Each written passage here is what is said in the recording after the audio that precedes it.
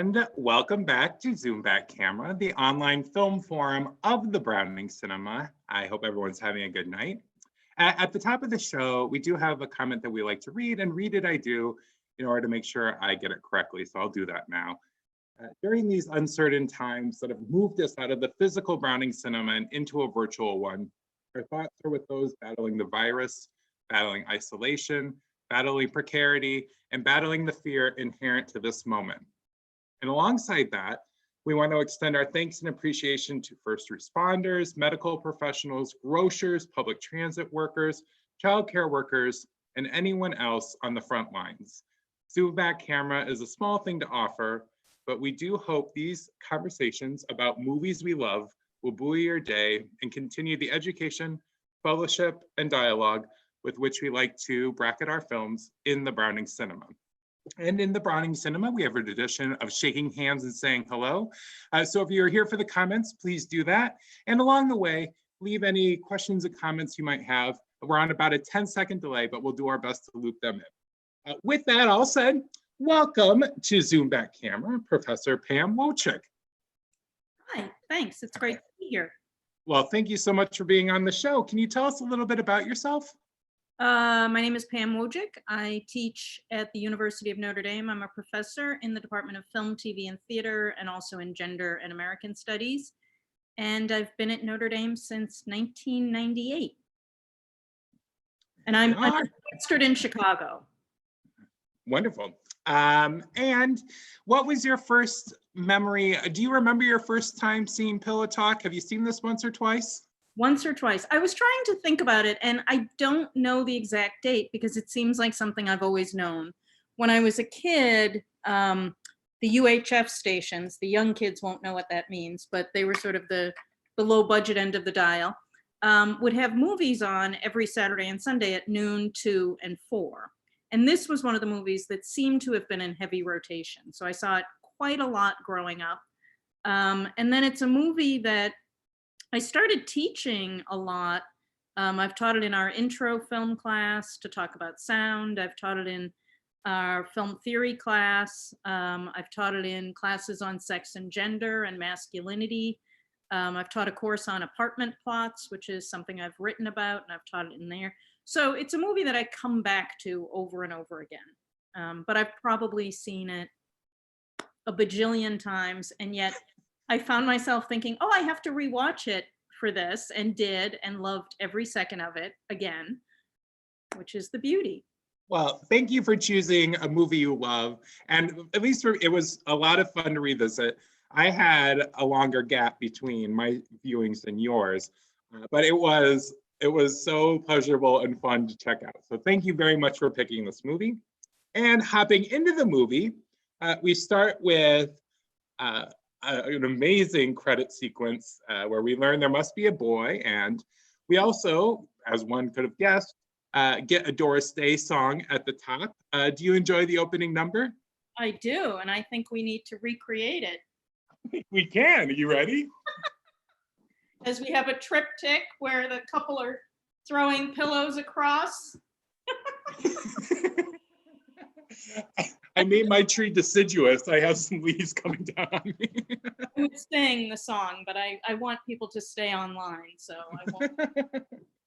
No, it's great. It's a split screen, very simple, male feet, female feet, pillows thrown back. Very sexy opening, ultimately. Very simple. And the number, it's Doris. It's a Doris Day movie. You need a Doris song. So it works for that. What was her persona at this point? Where is she in the arc of her career? It's funny. Doris Day often gets characterized. I think Ebert was the one who sort of dismissed her as the perpetual virgin. And she was always often upbeat and sunny. And she was in a lot of romantic comedies. She did ones with Gordon McRae in the 40s and things. But then in the 50s, she's doing some pretty interesting roles. So she's in Young at Heart, where she pairs up with Sinatra, who's a very sullen, suicidal guy who kind of drags her into poverty.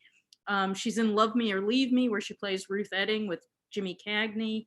In Hitchcock's Man Who Knew Too Much, she's really kind of abused by Jimmy Stewart in a very emotional role. So she has a lot of depth and range. She's doing a lot of different kinds of movies.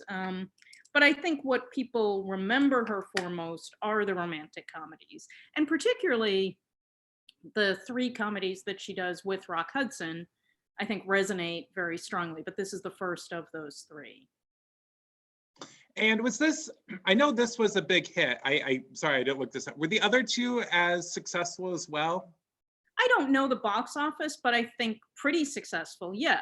Mm-hmm. I mean, people continue to come and see this trio because it's really Rock, Doris, and Tony Randall is key to all of them.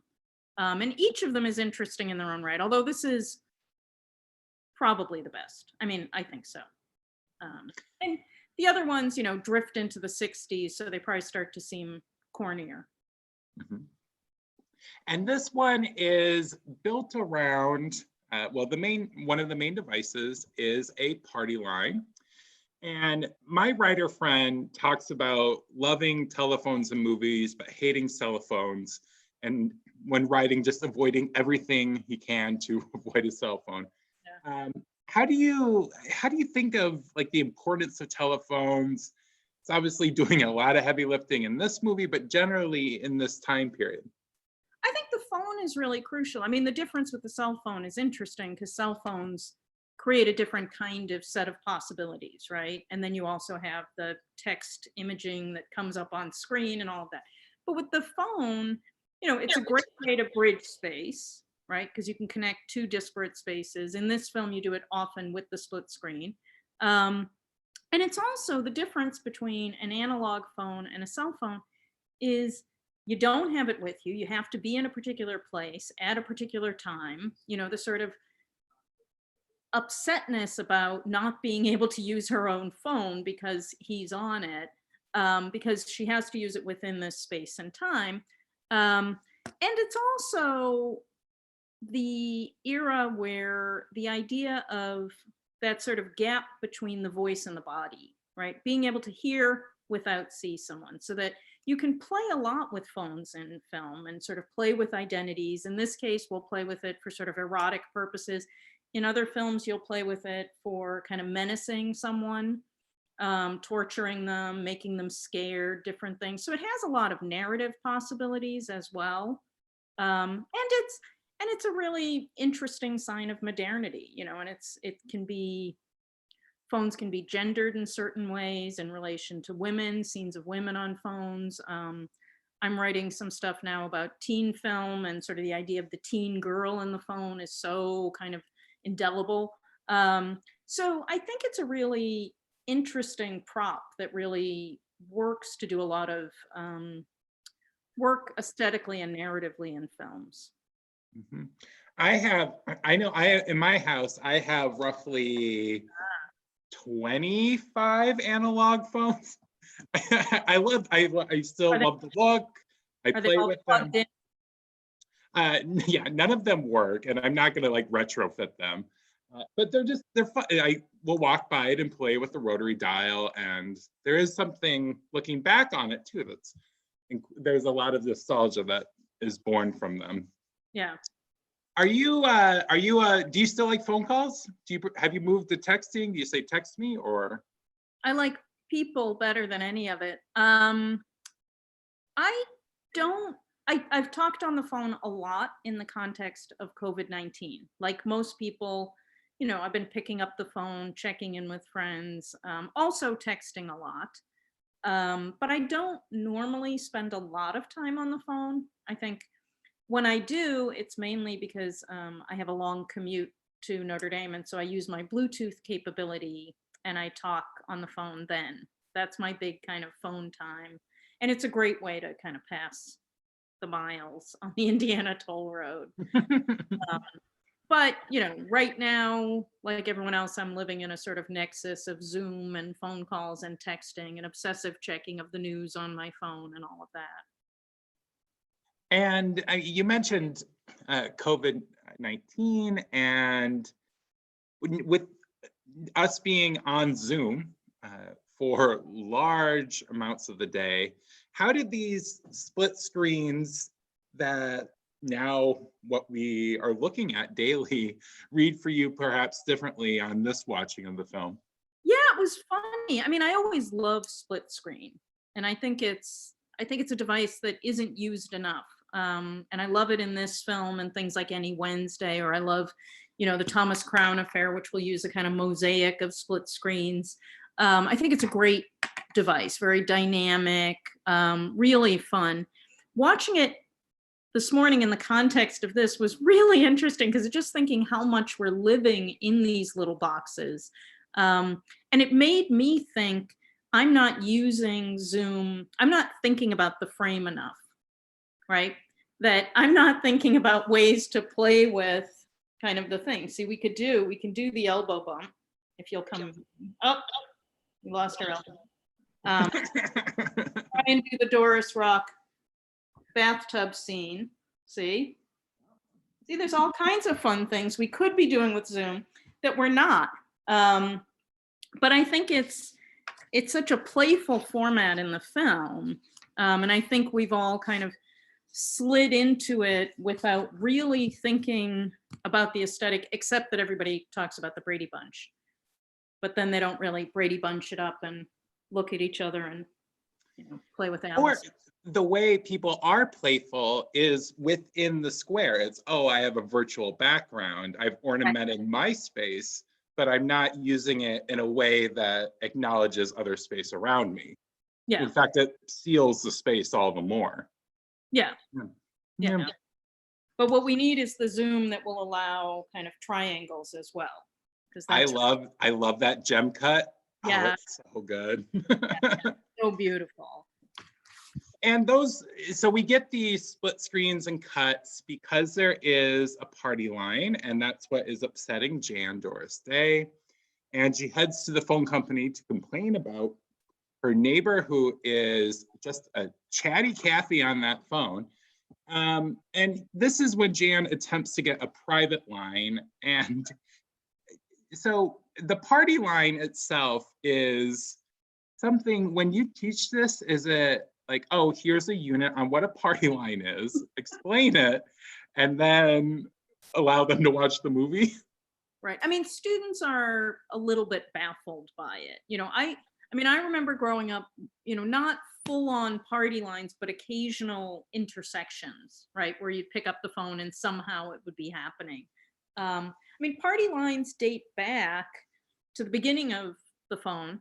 And they existed for a long time. And sometimes they were in rural communities where there just wasn't enough line. Then there were points when, if there was a huge sort of growth development, and there just wasn't enough lines. So after World War II, there were a lot of party lines because there was sort of all this building going on. And then in the mid 50s in New York, there was a big building boom, and that's referred to by the phone guy, that they can't keep up with it.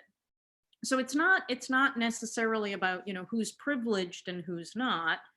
Clearly, either of these characters could afford a private line, right? But it's not an option. They can't get access to it. Although if she were to get pregnant, she could. She's not willing to make. But, and it's again, as a narrative device, it's a great device to bring in things like eavesdropping, gossip. I mean, you could use it for riskier, kind of more manipulative strategies. But one of the things I like about this film a lot is we tend to talk about film so often as voyeuristic, and we talk about sort of the gaze and how we're looking at things.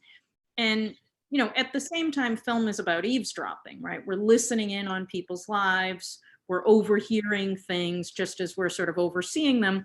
And this film plays with that so beautifully, right? So the sort of accidental eavesdropping that we'll get later in the nightclub scene, the deliberate eavesdropping that Alma does on the phone, and the sort of knowledge of each other. And then, the information that's gleaned through that will then play out across the film. Mm-hmm. And the internal eavesdropping through the dialogues that are occurring that we have access to. Yeah. And, mainly through the two lead characters, with I think one exception. So then moving through the movie, we set up Jan's work as an interior decorator at Pierrot and Tilda's shop. Some great finds. I would shop there. Jan almost receives a car from Jonathan, standard morning interaction. And we get the more direct confrontation between Brad and Jan, again, via the phone, via the line. And we pick up the bickering that will need some resolution in this movie.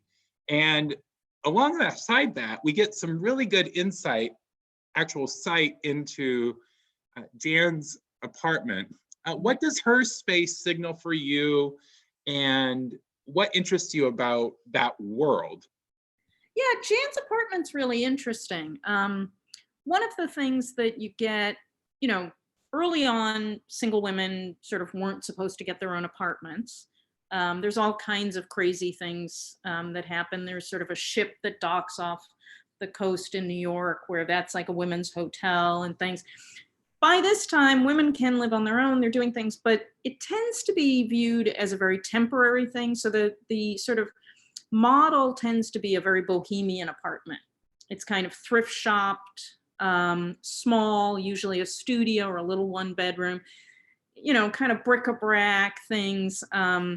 Or, then you have successful career women who have really nice apartments, right? And when Helen Gurley Brown, 2 years after this movie, publishes Sex and the Single Girl, she talks about sort of the Greenwich Village approach on the one hand, and on the other, the apartment for women who are going to be single longer. And for her, this is a really powerful thing, right? That she calls them star sapphires, right? That these are women who can say sort of up your backside to society. They're living well. They have beautiful apartments in this. And Jan is very much that. But in films, what often happens is the woman with the career and the good apartment, all the things that Jan lists as values in her life, right? When she's talking to Alma, I have an apartment, I have dates, I have a good job, I'm very happy, are signs of trouble in movies in this period, because the risk is that you stay too long and you become a spinster, right? And that's the risk that Brad plays off. But her apartment is interesting aesthetically because it's very feminine. It has the pastel walls. We mainly see her bedroom and the kitchen, although she's not domestic. She has Alma come in. We don't see food being prepared or anything like that, which is another way it signals her single status, right? Because the single woman doesn't have to cook. She's taken out. Helen Gurley Brown will advise women to have things in your house so that you look like you can cook, and says an extravagant spice shelf, makes you very sexy. And, women should have one dish they can cook for when they invite a man over. But this film is very much about a woman who circulates in a lot of public spaces, right? She has no trouble getting dates. She has a marriage proposal from Jonathan, the Tony Randall character. She's clearly desirable, but that apartment signals that maybe she's a little too comfortable in her singledom. In talking about her singledom, getting back to you mentioned that she has an offer of marriage that's on the table. It comes with a car, and that's from Jonathan Tony Randall, who reprises this role of the third wheel. What pops out to you in this film, and is it different from how he plays the third wheel later? How is his persona in this case for you? He's pretty much the same in all the films, although he's not always in love with the Doris Day figure. He's always sort of the third. He's always kind of marked as, if not queer, at least unappealing in a heterosexual context. He's kind of, what Ralph Bellamy is in the 30s, right? Or the 40s. There's no possibility that Jan could ever end up with Jonathan, right? That's completely not a thing that any spectator of this film would think for a minute. And in some ways, thinking about kind of 50s masculinity, he's not the executive, right? He's not the guy who works in the office, who comes to work in the gray flannel suit and then, has ulcers and blah, blah, blah, blah, blah, who's married, who's a breadwinner. This is a guy who's rich by birth, not by work. It's, I mean, I guess he's producing the Broadway musical, but it's not something he clearly does all the time. He's a dabbler, right? And that's He's stagnant. He came in with 22 million and he's still at 22 million. only 8, but Oh, sorry. Sorry. um, That stock market hit him too. It's been tough. and I think that the 50s, has this real tension between these different models of masculinity. One of them was kind of the man in the gray flannel suit. Another one is a kind of outdoorsy masculinity. This is a period when all these kind of outdoorsy hunting, fishing magazines come out. Another one is the figure of the playboy, which relates much more to Brad. But Jonathan is kind of weak, right? That in some way, he's sort of ineffectual and weak. Kind of lovable though, right? But he can't help himself that he pairs up with Brad more easily than he pairs up with Jan, right? Even as he hates Brad and resents him, he's kind of helping him at the end and all of that. But he is this very interesting figure who, of course, will become sort of more and more clearly marked as queer as he goes into The Odd Couple in film and then in TV. But even here, he's sort of kind of a misfit within the romantic comedy, right? And you kind of need him to sort of enable the heterosexual romance. And the heterosexual romance, the large arc that is there is the pathway from playboy to marriage.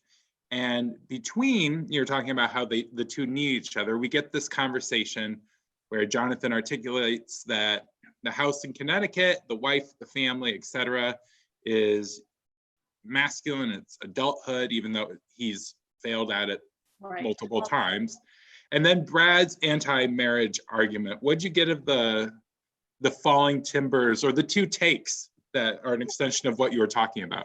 Even before he gets to the timber, there's the great thing where he just keeps asking why, right? A man should be married. Why? Because so he can come home to someone every day. Well, why?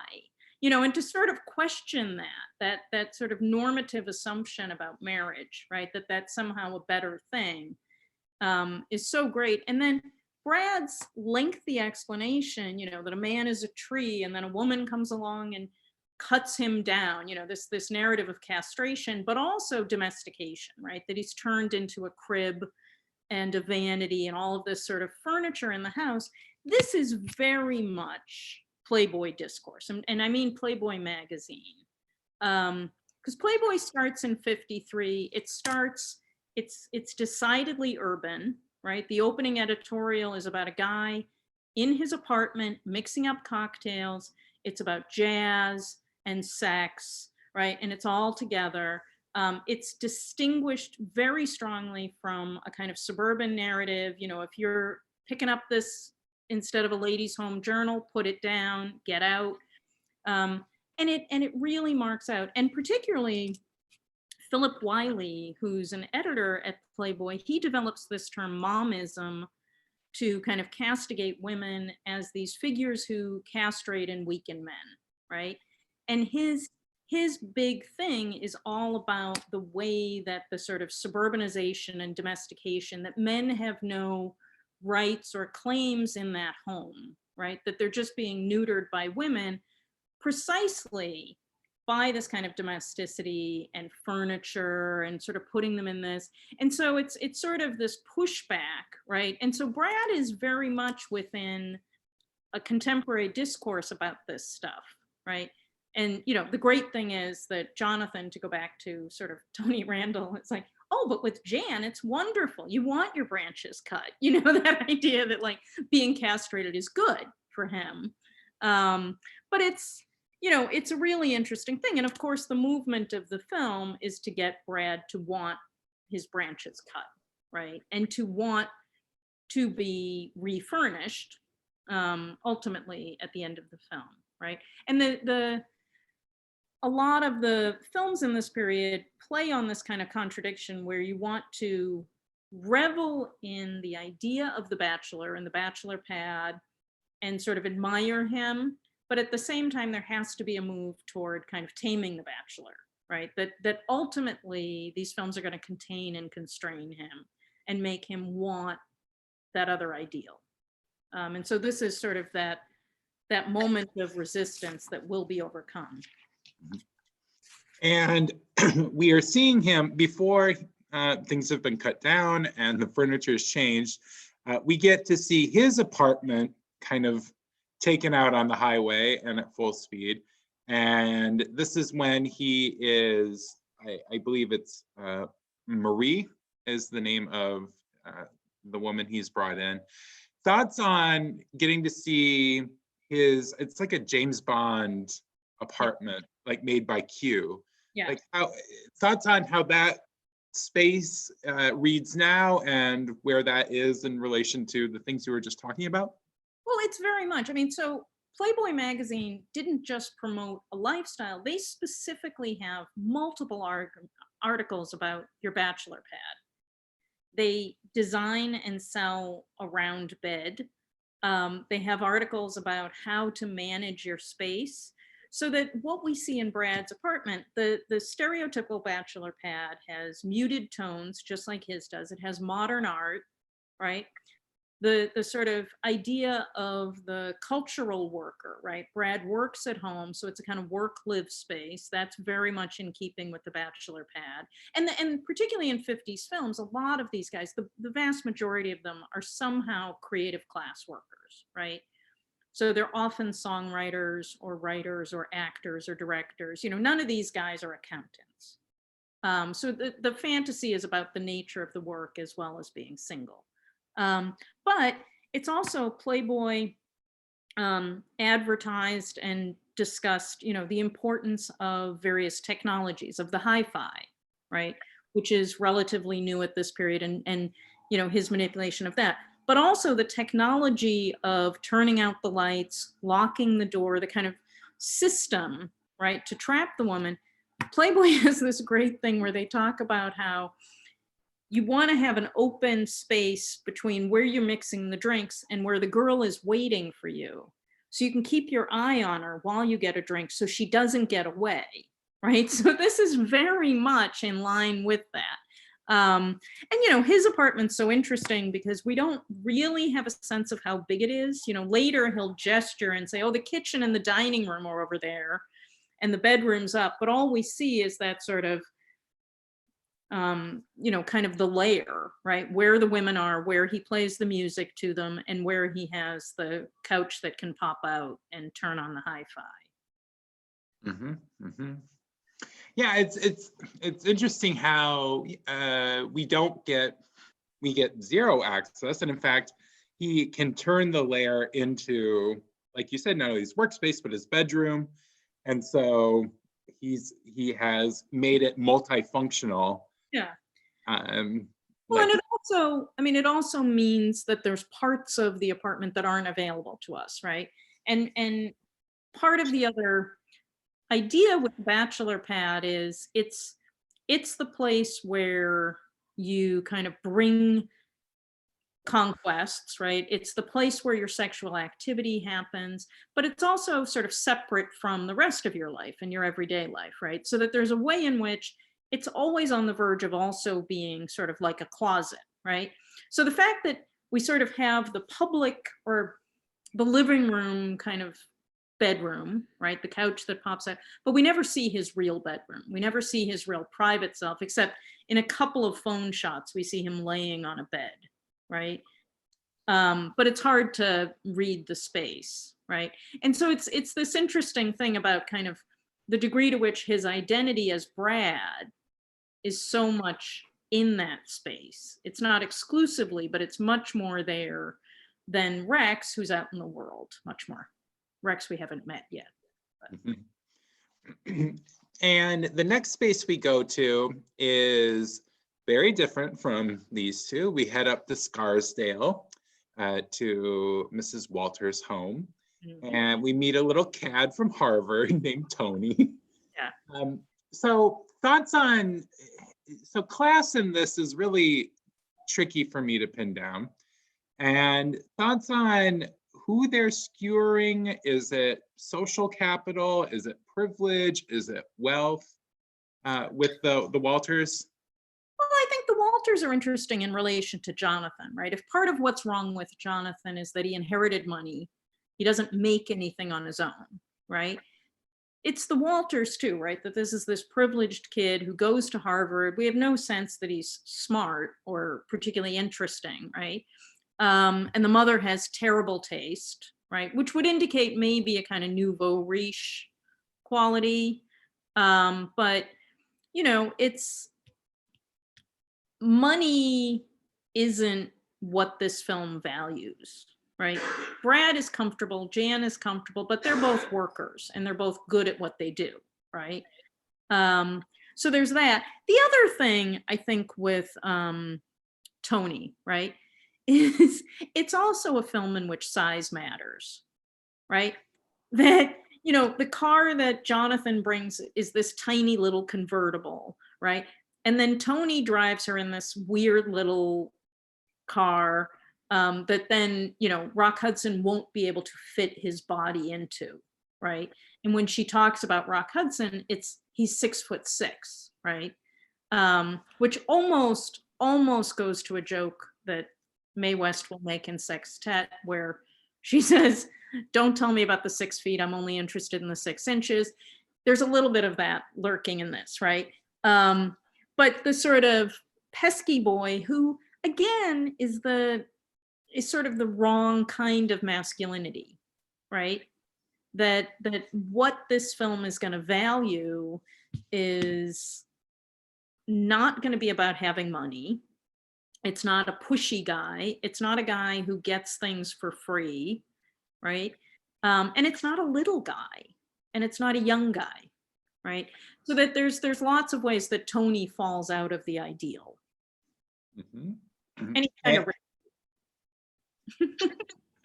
what was that? Sorry, I missed it. You know, and he's pretty rapey, right? He's attacking her in the car.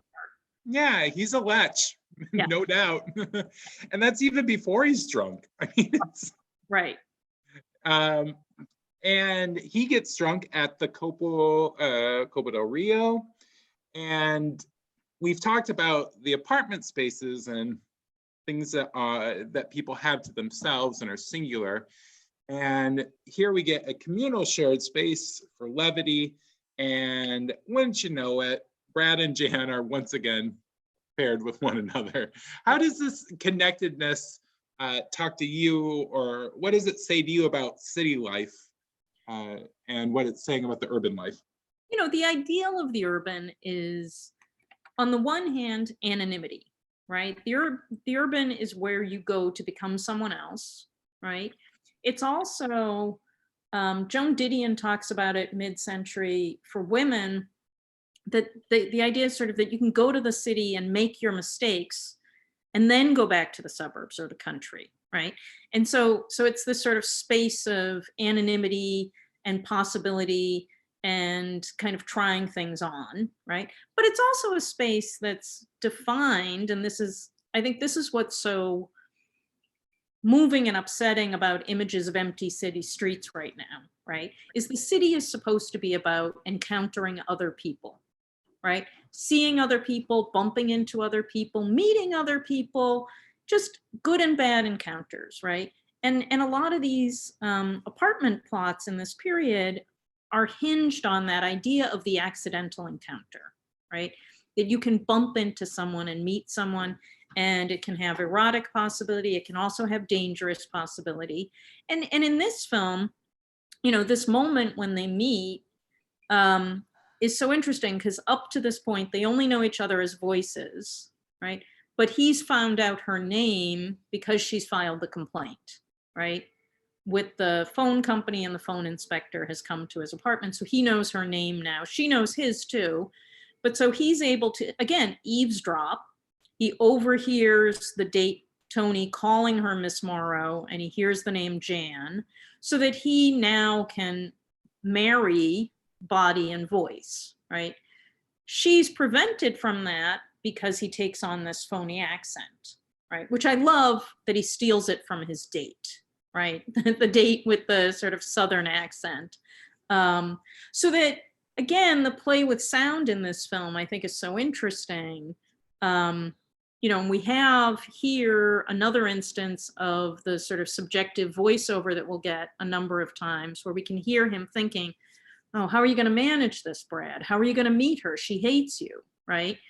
And we can hear his thoughts in this subjective voiceover, but then we can also see the performance of taking on this other accent, right? So that she can't recognize him. Even though she's never seen him, he has to mask his identity, particularly his voice, right? And it's a moment, you know, where we see her looking at him beforehand, right? Having an interest in him beforehand. And then, you know, being able to have that kind of meeting, you know, and it is a meet cute, right? Where he takes on this kind of cornpone persona. Mhm. I swear it's just And that persona is also, as you're saying, trying on new identities, becoming new people. That's what he's doing with this catfish plot. Yeah. Does that read differently? Are you able to remember back, like seeing it now compared to now, where we have this assumed identities being something that is somehow, well, potentially it was easier before in some ways, but now is mediated through technology?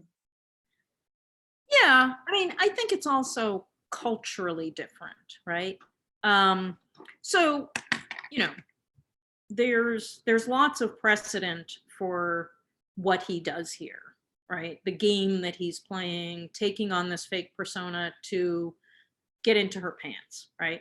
And it's a frequent trope in romantic comedy. It's a Shakespearean trope, right? It's ideas of mistaken identity, the rake, right? All of that stuff bundled up. It's a bit tougher to sell now. You know, I now have students who are creeped out by it, and they find it very, very problematic. I think because of things like catfishing, they see it as a sort of, and it is, right? It's a nasty deception. It's tricking her, where I think, you know, I've always seen it through those traditions that are very prominent in romantic comedy.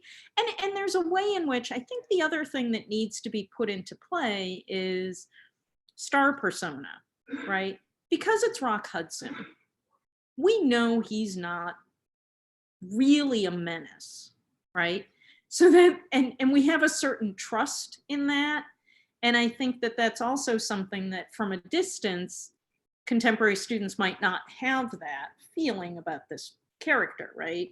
So that some of it depends on not just sort of your knowledge of various tropes coming in, and your ability to sort of see it as a trope and not as a real life strategy, right? It doesn't mean you would approve it as a real life strategy. But I also think that star persona is really important in building that sense of, we know him as someone we can trust, but who's also going to be playful.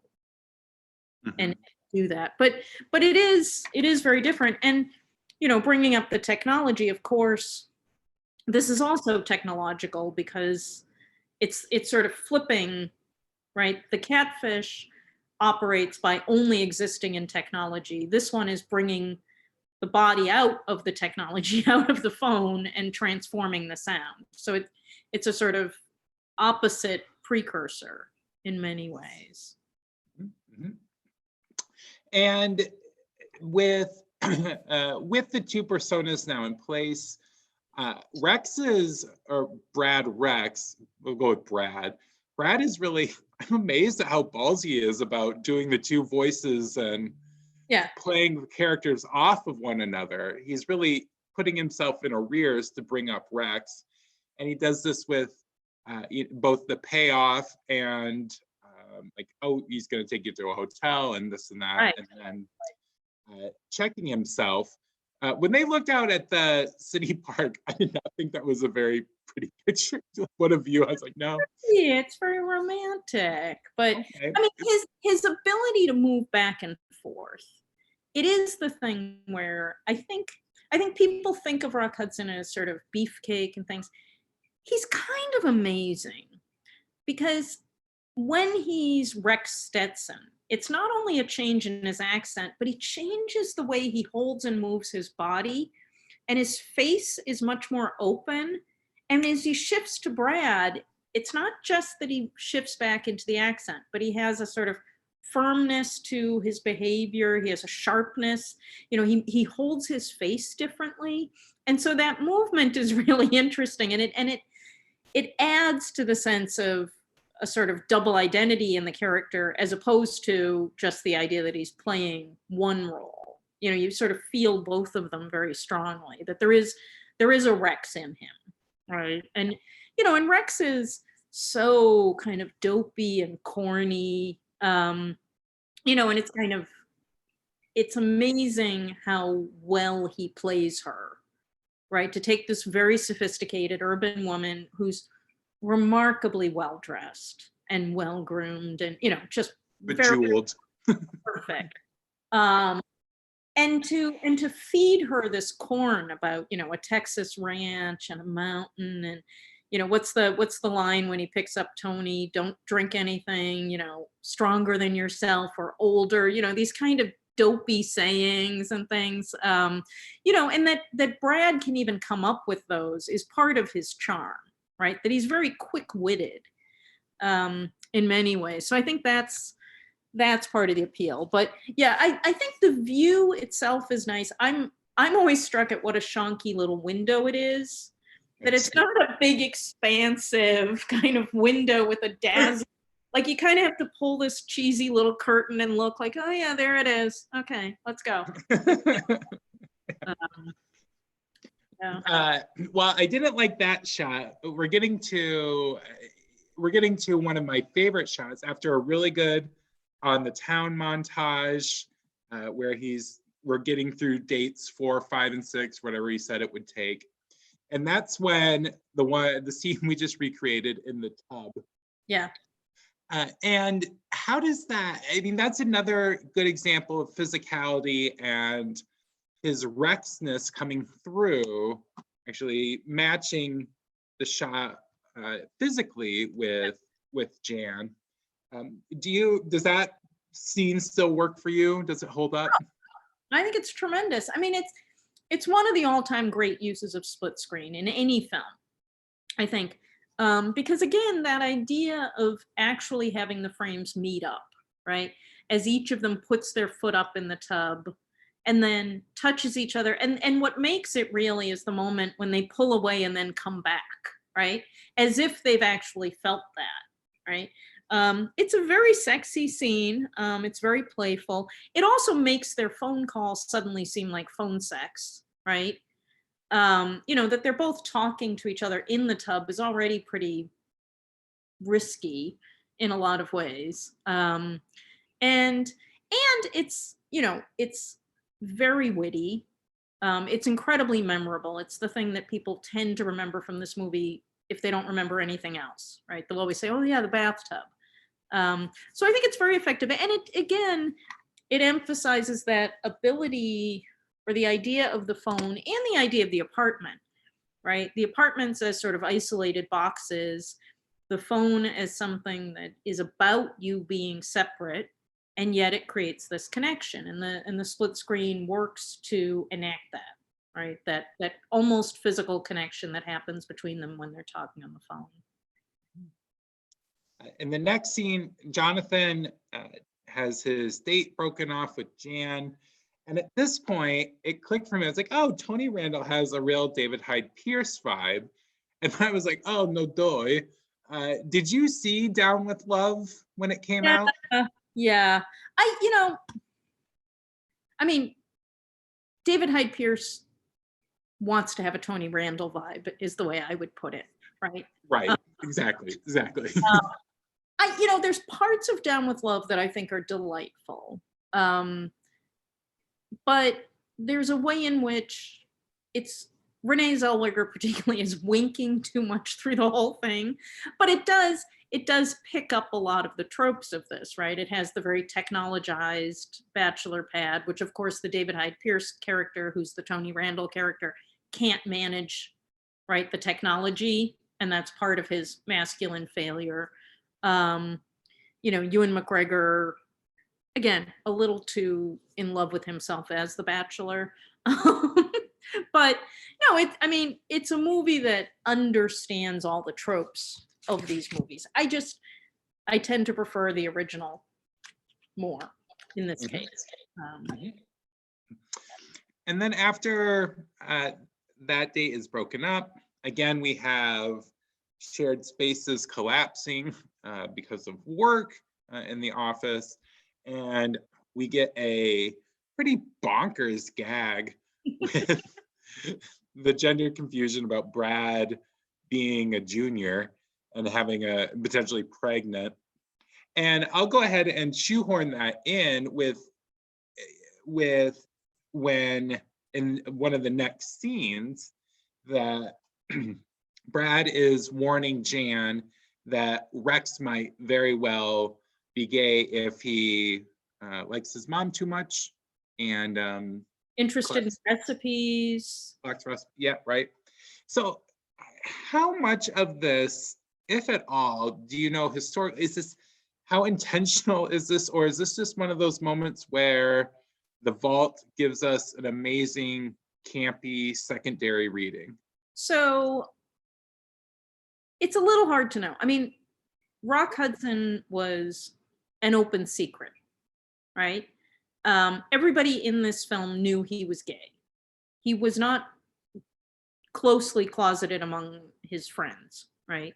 Um, the filmmaker Mark Rappaport's movie, Rock Hudson's Home Movies, makes the claim that these things were put into movies to torture him, kind of that they were sort of used as gags against him, right?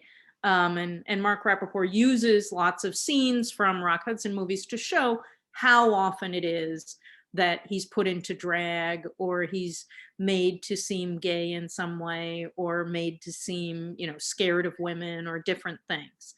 I think that, you know, other films of the period have very similar moments.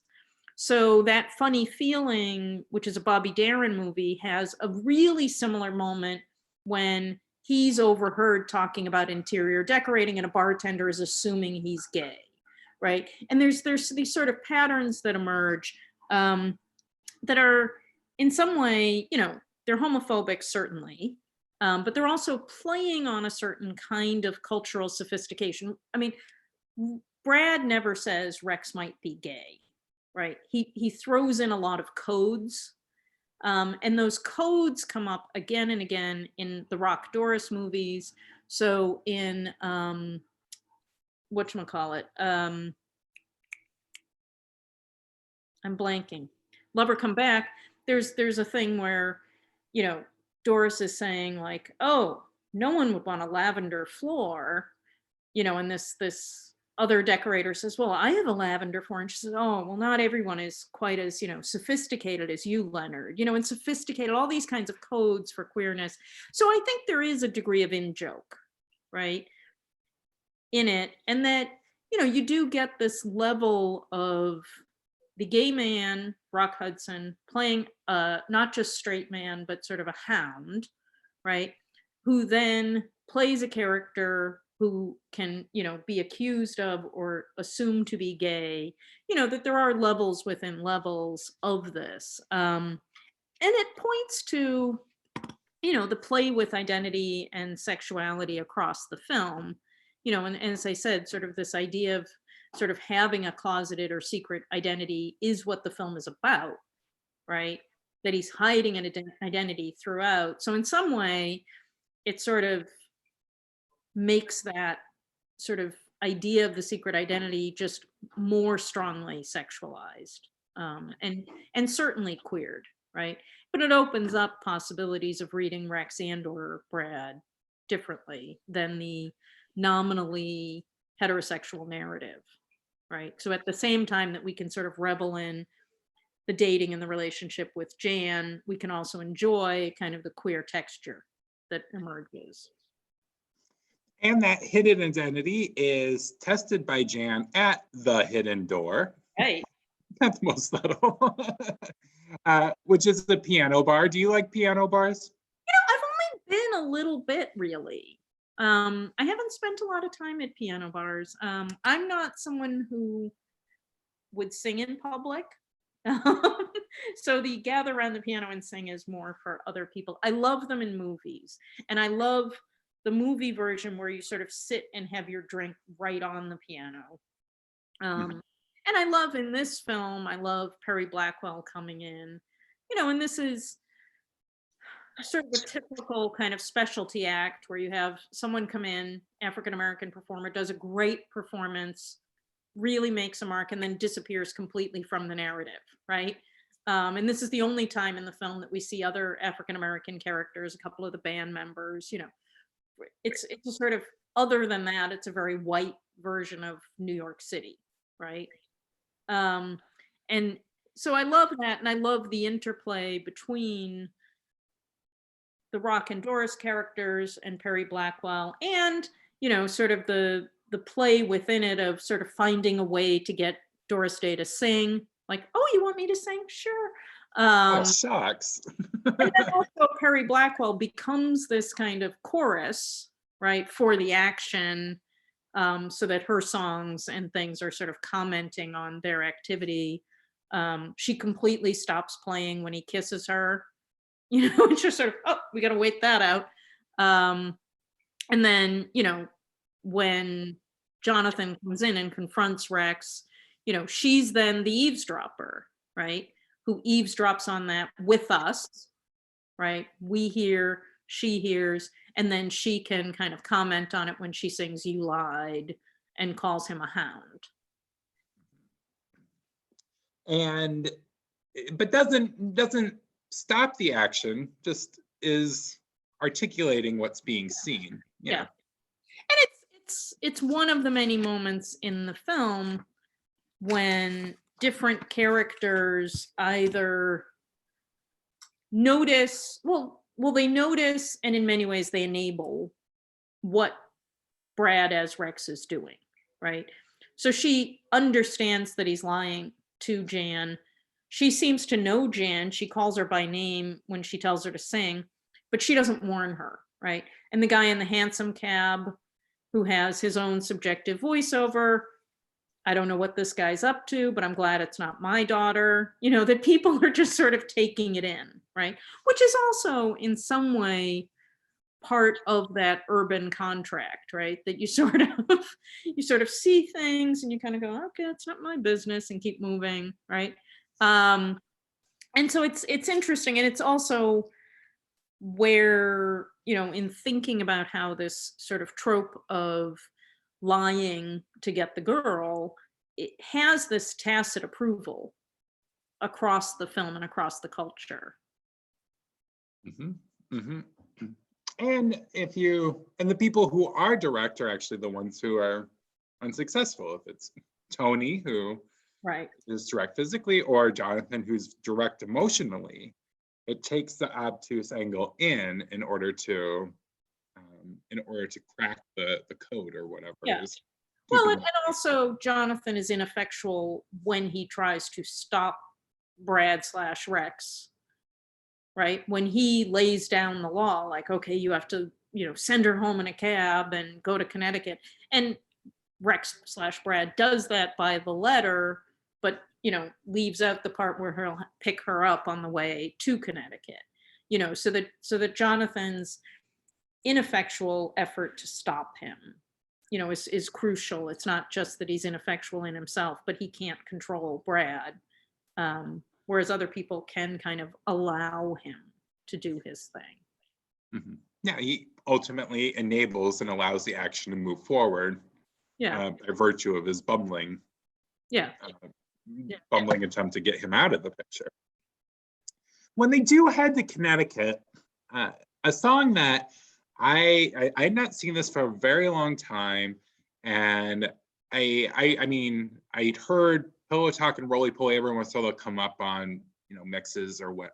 I entirely forgot about this song "Possess Me," and it's the song that I've been listening to for the last couple of days.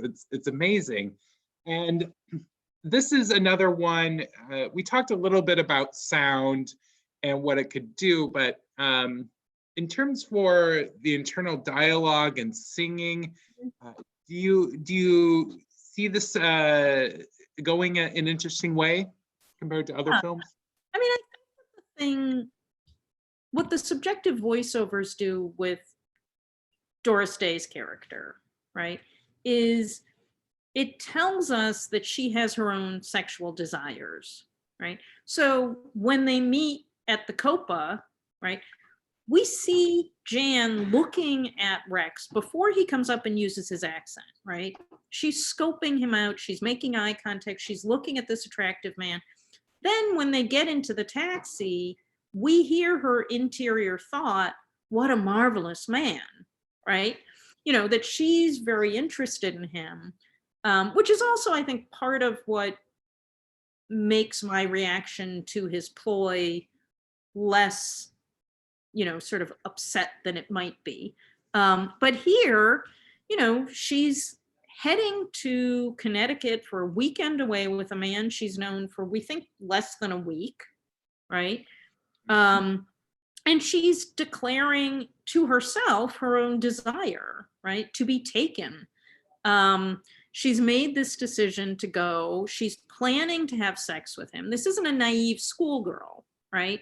This is a grown-up. She says to him, we're both over 21, right? You can be trusted. Yeah, you can be trusted. But it's also clear that she is going to go away for the weekend to sleep with this guy. The problem isn't that he wants to sleep with her. The problem is that he's not Rex Stetson, which, by the way, we haven't mentioned. What a great moniker, Rex Stetson. It is. It's what the Marlboro Man's name would be, right? Yes. And it's what, Rock Hudson is practically Rex Stetson, right? Right. And given, how much rock has been, associated with kind of Texas landscapes and things prior to that, it's clearly playing on Rock Hudson's persona as well.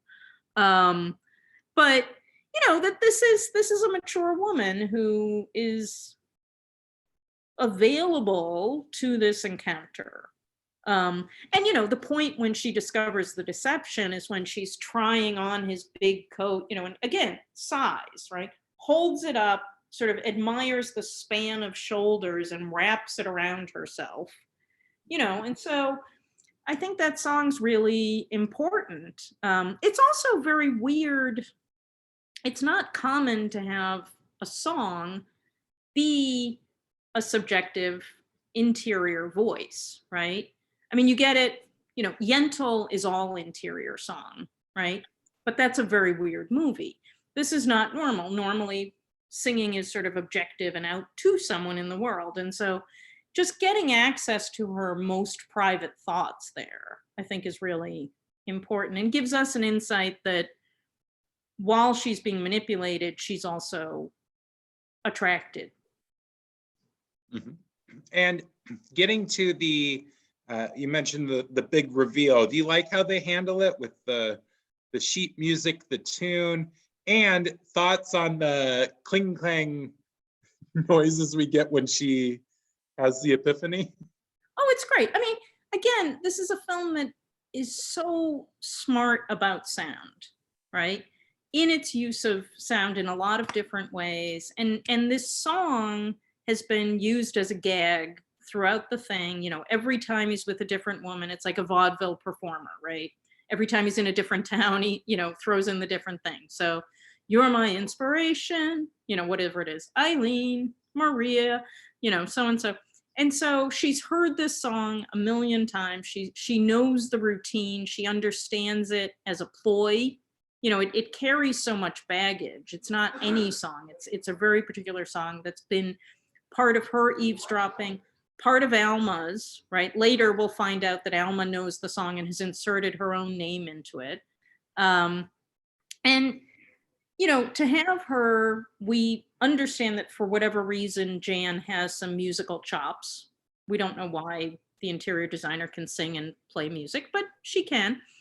And I love the sort of buildup of her kind of just casually picking up the music, playing it a little bit, taking a minute, and it's as he comes in, he blows it because he sort of sings it, right?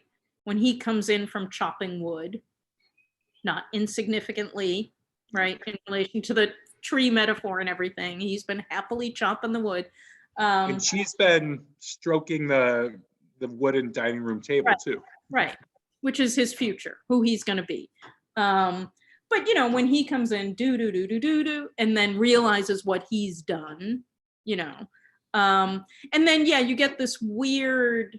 It's almost like a countrified version, right? Isn't it? Doesn't it come in with sort of almost like banjo-y sounds or something? There's something. It's no longer the piano that we've been hearing consistently throughout, and so it becomes very dissonant, right?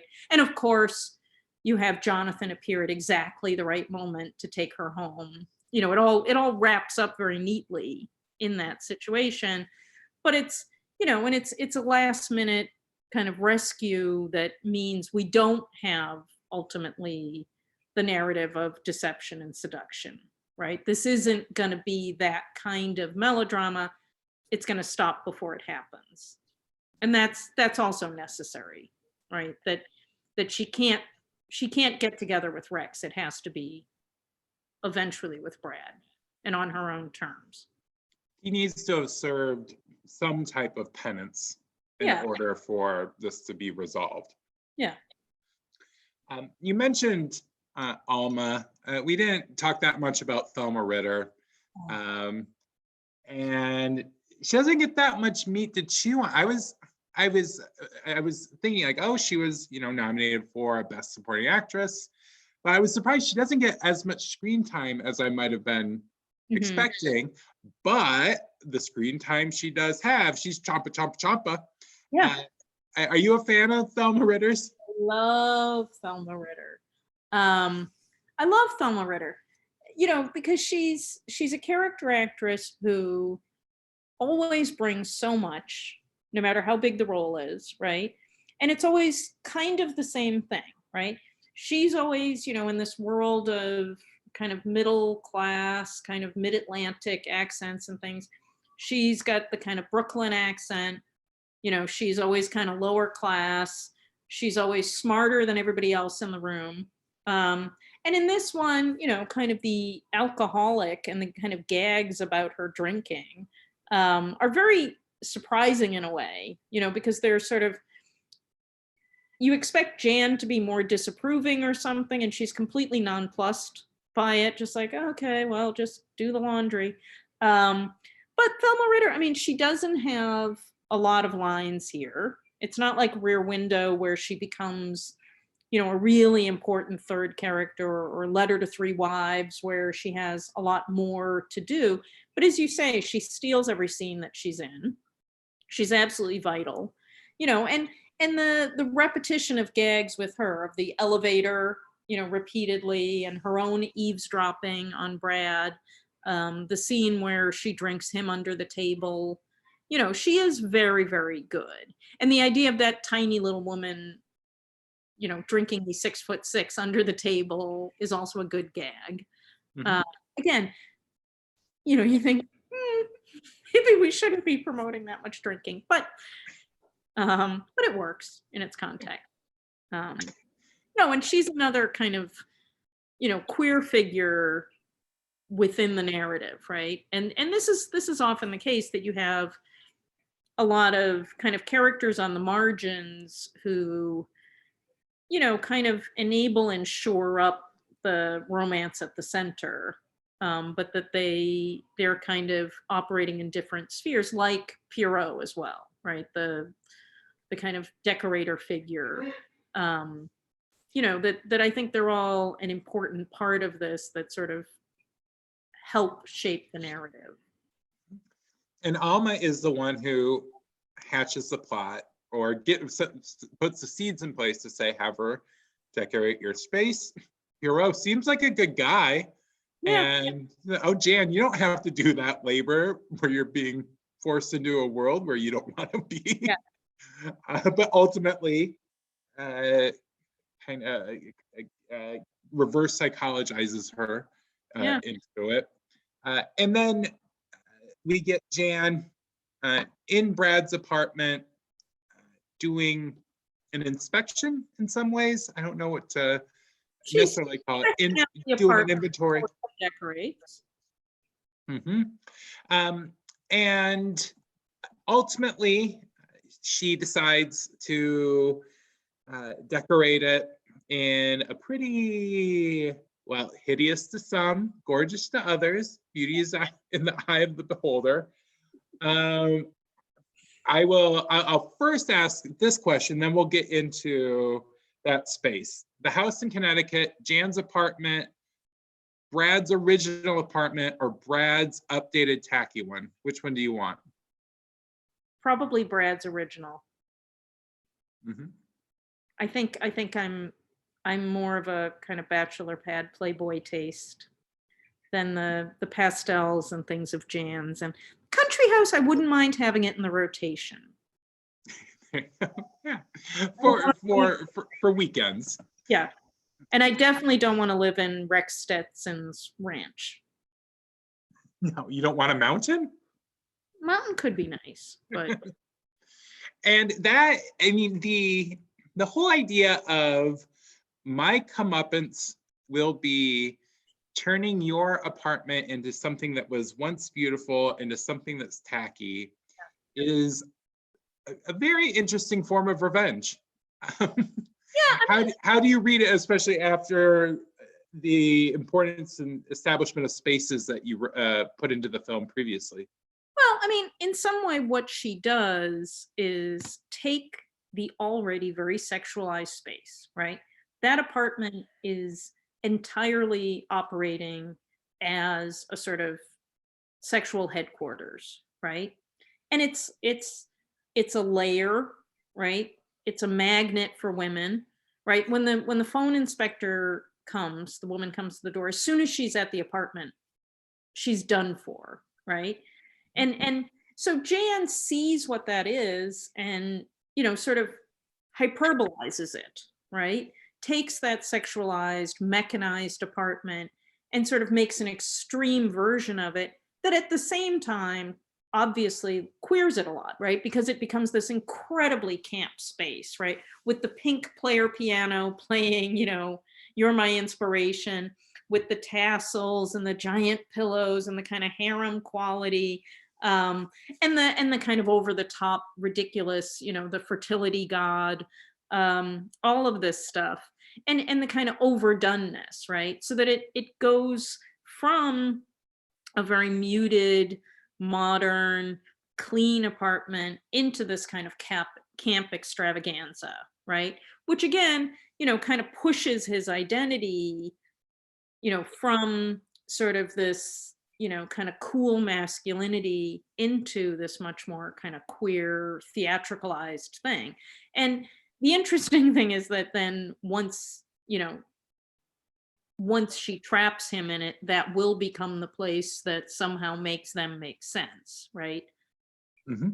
Right, exactly. And so she traps them in it, and then his reaction is to head over to her apartment, kick down the door, grab her out of bed, and bring her back to that now ineffective lair that wins her over immediately. Last scene. What wins her over is that he carries her into the threshold and refers to her as a bride. Okay. So, I mean, that's where, she's kind of queered the apartment. He goes, picks her up, brings her back. And it's that, right? It's his capitulation to marriage then makes her trap him in it and lock him in and makes her the aggressor who pushes the buttons, right? Hmm. And do you like how it wraps up, the speed with which it wraps up, just how it all goes down? Well, it returns to the gag about the OBGYN, right? Where 3 months later, he's announcing, I'm going to have a baby, and the doctor and the nurse swoop him up, right? So it gives you, the certainty that they're married. She's now having the baby that she didn't want to have just to get rid of the party line. I mean, what's interesting is we never see where this couple lives, right? What apartment, how that, you know, and that he's heading to Jonathan's office at the end to announce that he's having a baby, right? Is sort of interesting also that it ends with him heading to Jonathan rather than with Jan.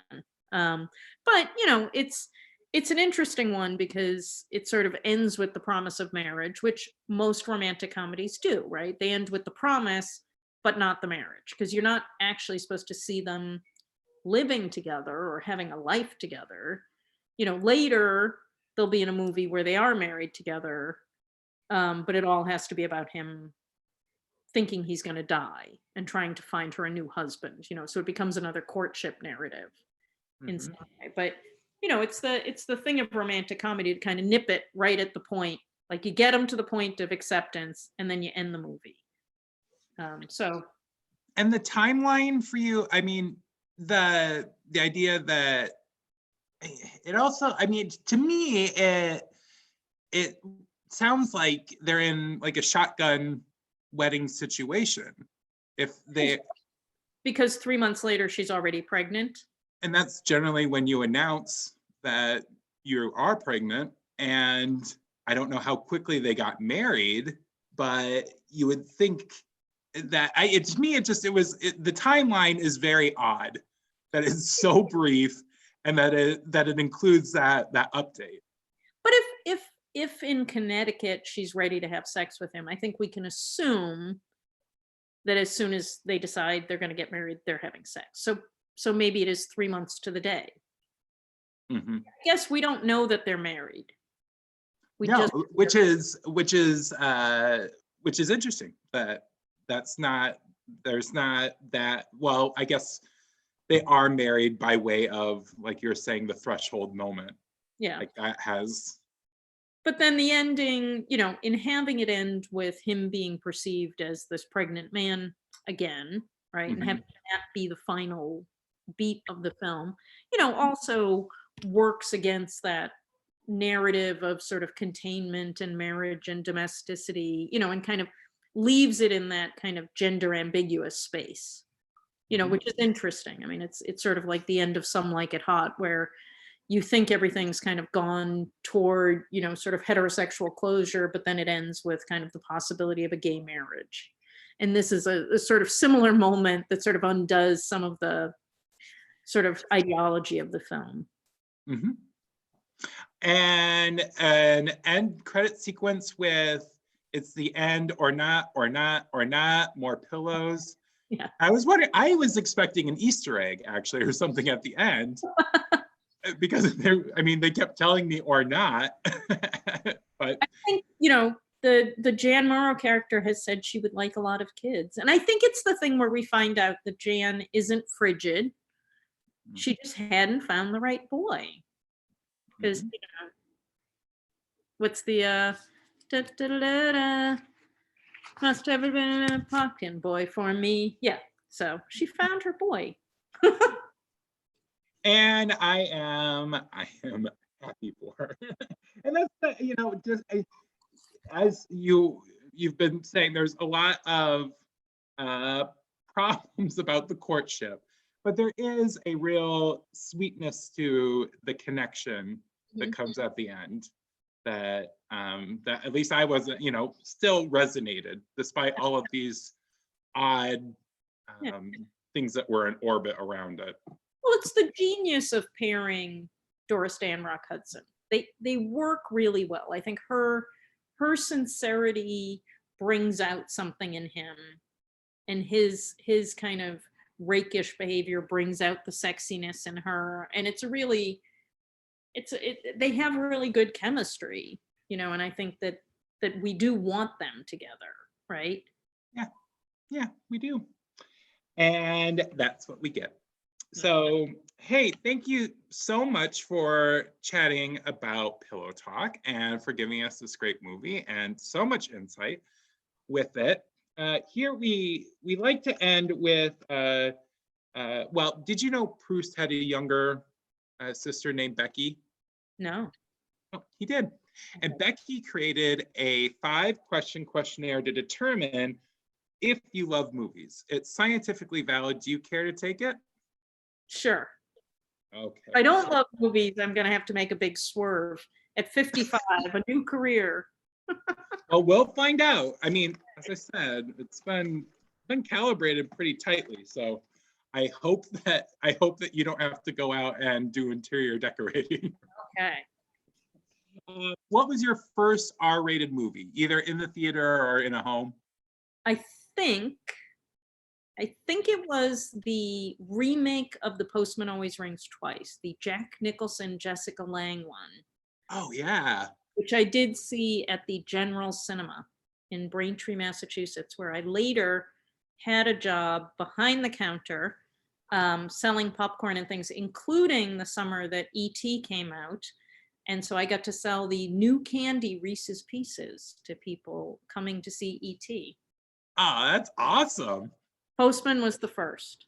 That had to have been a busy summer.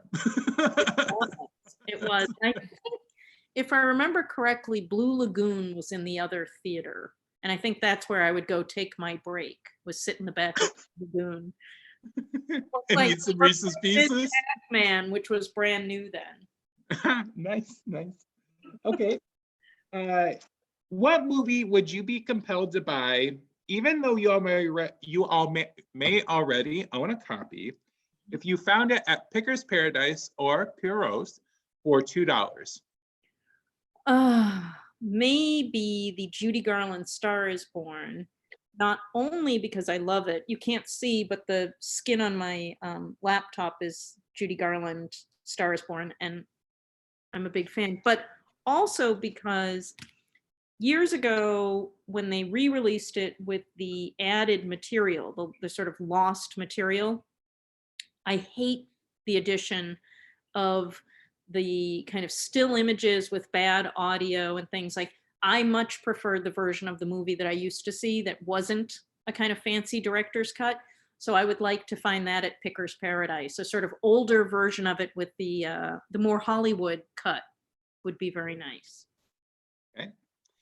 And what is the best movie to watch on a second date? Second date. Well, I don't know if it was a second date, but I know that early in our courtship, my husband and I went to see the John Cassavetes film Faces, which I think is a real test to see what someone's made of. And I know he had seen it with a previous girlfriend who hated Cassavetes. So it was a real test of me that I fell in love with it very, very strongly. So I think that's a good test. If you can make it through a movie about sort of miserable marriages and kind of crazy improvised laughter, that's a good one. Sub question to question 4. What is your favorite toppings for a pizza? I like a basil garlic. Keep it simple. Been popular on Zoom back camera. Okay, so what is the best movie to watch while you are eating a basic garlic pizza on your couch? Isn't any movie good with basil garlic pizza? What's the best movie when paired with a basil garlic pizza? Probably a musical. I'm gonna say Funny Girl, because that's a kind of comfort food movie for me.